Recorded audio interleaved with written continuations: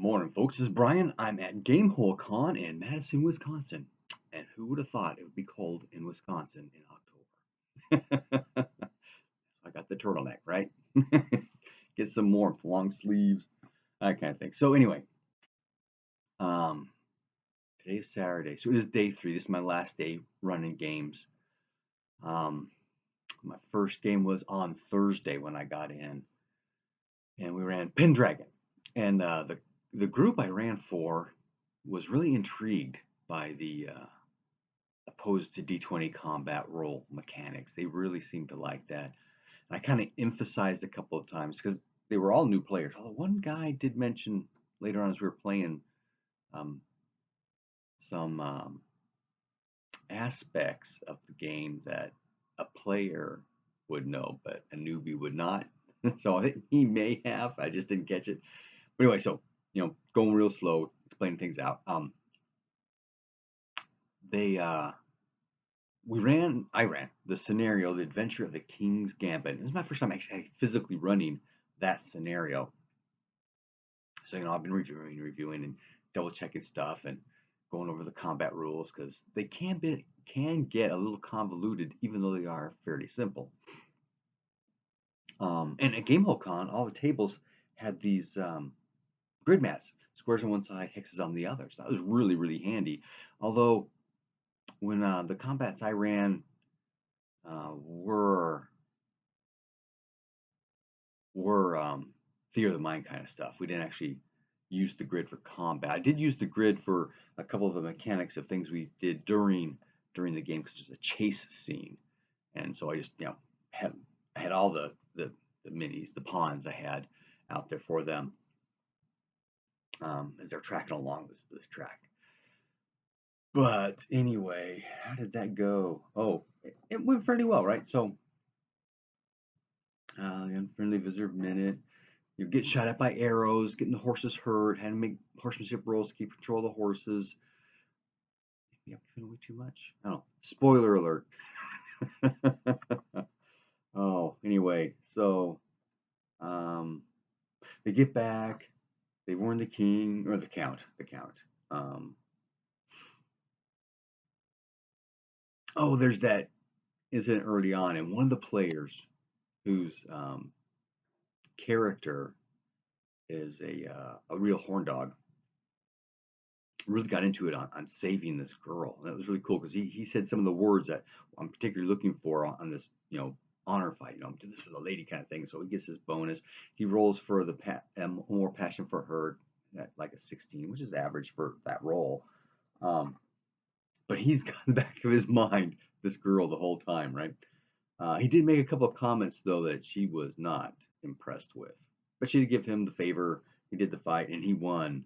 Um, in 2 hits, I think it was. Actually put him unconscious. Give him a major wound. That's what it was. Major wound. He failed the con roll and went unconscious. But they get out.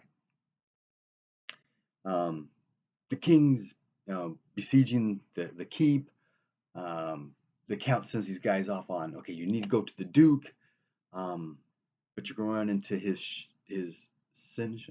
steward first, and we have tension, so be very, very delicate. Um, and off they go. There's a surprise round where they get to make hunting or just horsemanship. Rules at that point just say they get to make a horsemanship roll to get ahead. Well, they're ahead by 1 already, something like that. So the first round, they go, surprise round. And they're all together. They decide to stay together as well as they can. So they got one guy who's got a pretty decent hunting roll. Actually, there's 2 others. One other's got the same number of hunting, and another one who's close to that. So they're trucking along, right? But people start missing their riding rolls, and they do make their hunting rolls, so they get way out ahead of the pursuing knights. But some of the knights start missing their hunting rolls, so they end up catch up, and so they're making their own rolls, right? Um, most of the other ones don't really have much hunting, so they're just making riding rolls. Just make a ride roll, you keep ahead, right? But there was one who fumbled his riding roll, so his horse went lame. So he was acting the same um, chase hex with one of the other knights. So the knight pulls him on. Now they've got a -5 on their horsemanship because there's two of them on the horse. Um, and the pursuing knights catch up. They decide to go into the woods. So they go into the woods, and a third of the pursuing party follows after them, right? With everybody else, the main hunting group guys end up losing folks along all along the way. So two arrive um, out of the chase at Salisbury. No, they're going somewhere else. Starts with a P, but they get away to where they need to go first, and then like a couple of chase rounds later, another person. A couple of chase rounds later, two guys. But the guys who got into the woods, um, they're making hunting rolls instead of ride rolls, if I remember right. But they fail a few times. But the following guys fail every single time. They never catch up with them. And with these, when they make a hunting roll, they get a plus. Oh, that's right. They're doing both. They get a plus ride, +5 on their next. No, it's just hunting.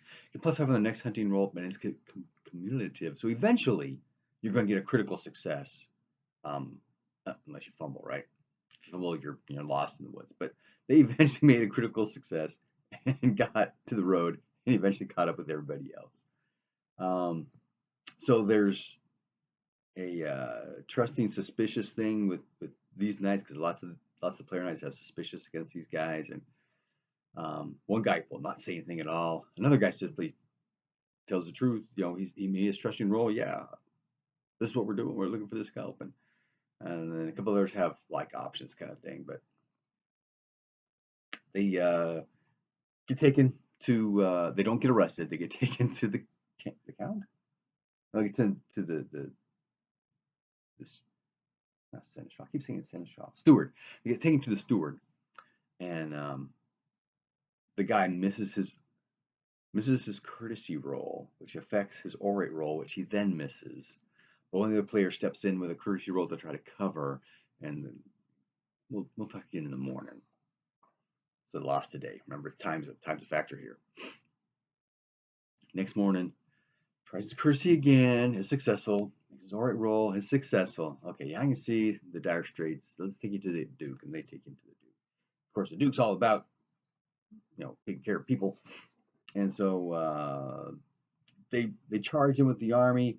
The bad guy king, he's got scouts. Hey, the Duke's coming. Okay, we need to get out of here. So they got their baggage train. They're in the process of leaving when the besieging army comes and run them down like dogs. So there's an option choice on valorous versus cruel. On are you going to chase after knights, or are you going to just go run through all the what they called the foot soldiers and get baggage and stuff, right?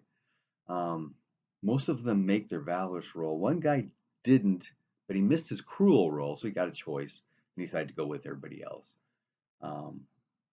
So I treated that like I treated interactions with. There's another place where fighting with knights, where there's one lance charge and then melee with swords. So I treated this the same way, just gives more dice rolls out, right? And one player, one PC got killed. He got hit to -14 when all was said and done. And we're going through the whole thing. Okay, there's so much damage takes up larger than your size. Yes, it is. Okay, so is it double? Because it doubles an automatic knockdown, or when you're on horseback, knocked off the horse. But if it's over your size but less than double, then you get to roll your horsemanship to stay on your horse, right? And so that happened a number of times. One guy did get knocked down, maybe two. I'm pretty sure the guy that got to -14 was on the ground and got lanced. One other player went unconscious. I think that was it. just the one dead guy and one unconscious, maybe two unconscious when all was said and done. So the squires come, do first aid, get them back up on the horses, and they come through. So they were successful. They got glory, and um, a couple of them had some really interesting requests for their boon. One guy wanted to become the, that's not the right word, we said the word, not tenant either. He wanted to be the owner of his ancestral lands. And that's outside the scope of this, but the Duke says, when you get to the position where you're granted lands, I will make sure it's your ancestral lands, that kind of thing. A couple of people, one person I forgot to ask for, but they got the 4 Libra instead. And the other guy was waiting on her because he wanted to be better than her. So he said, "Can I have 5 Libra?" So I make him make his homage roll. He missed it. No, here's 4. um, oh, and the horn dog. He did, in fact, ask to marry um, Lady Gale, who was in the very first scene where he defended her honor. So I make his homage roll. He missed it. So the count says, "Nice try. Maybe later." And then we did out the extra glory at the end. It was all fun and games at that point. It was interesting. You do the one-on-one combat initially just so people get to see how combat's run. And then there's a little, all of us get to fight for 3 rounds kind of thing. So you get a feel for rolling. And we got, you get +5 for being mounted against the ground person. And they've got -5 to you. That's significant on a 1 to 20 roll, right? But then if you're charging your lance, you get another +5. So that's +10 on somebody on the ground. It's really easy to get, and we talked about this, this is how criticals work, right? If you got a 25, end up with a skill level of 25, that's -5 or +5 to the die roll. So if you roll a 15, that becomes a 20. If you roll 16, it's technically a 21, but you can't whip more than 20, so it's a 20, which is a critical. So it's kind of fun talking through all that stuff. They seem to really like it. We did some first aid rolls a couple times up front. And talking about, you track individual times you get hit because you get to treat each one with first aid.